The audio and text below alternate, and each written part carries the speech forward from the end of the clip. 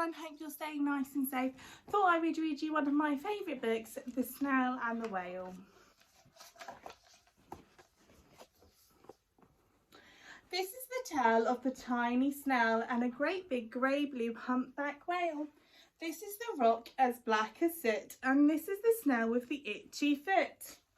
The sea snails lived all over the rock and gazed at the sea and the ships in the dock. And as she gazed, she sniffed and sighed. The sea is deep and the world is wide. How I'd long to sail, said the tiny snail.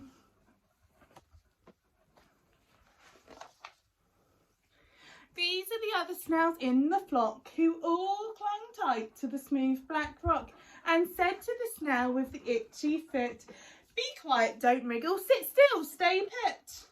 But the tiny sea snail sighed and sniffed and then cried, "I've got it, I'll hitch a lift." This is the trail of the tiny snail, a silvery trail that looped and curled and said, "Lift wanted around the world."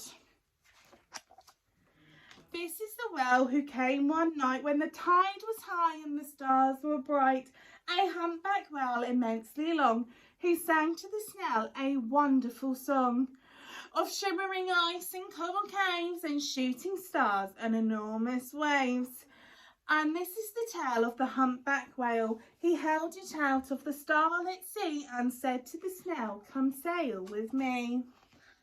This is the sea so wild and free that carried the whale and the snail on his tail to towering icebergs on far off lands with fiery mountains and golden sands. These are the waves that arched and crashed and foamed and frolicked and sprayed and splashed the tiny snail on the tail of the whale. These are the caves beneath the waves where stripy fish with feathery fins and sharks with hideous toothy grins swam round the whale and the snail on his tail.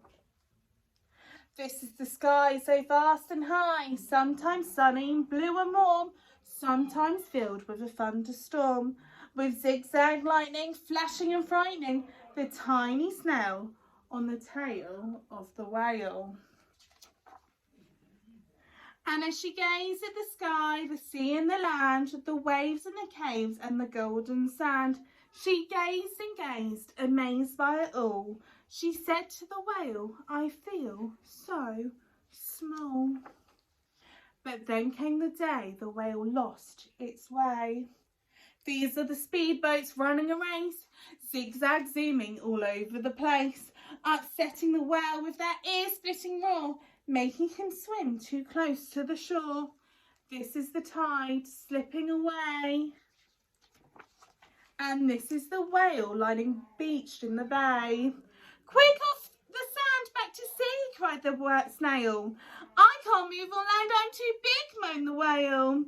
The snail fell helpless and terribly small. Then, "I've got it," she cried, and started to crawl. "I must not fail," said the tiny snail. This is the bell on the school in the bay, ringing the children in from their play. This is the teacher holding her chalk, telling the class, "Sit straight, don't talk." This is the board as black and soot. And this is the snail with the itchy foot. "A snail, a snail!" The teacher turns pale. "Look," say the children, "it's leaving a trail." This is the trail of a tiny snail, a silvery trail saying, "Save the whale." These are the children running from school, fetching the fireman, digging a pool, squirting and spraying to keep the whale cool. This is the tide coming into the bay, and these are the villagers shouting, "Hooray!" as the whale and the snail travel safely away. Back to the dock and the flock on the rock, who say how time has flown, and haven't you grown?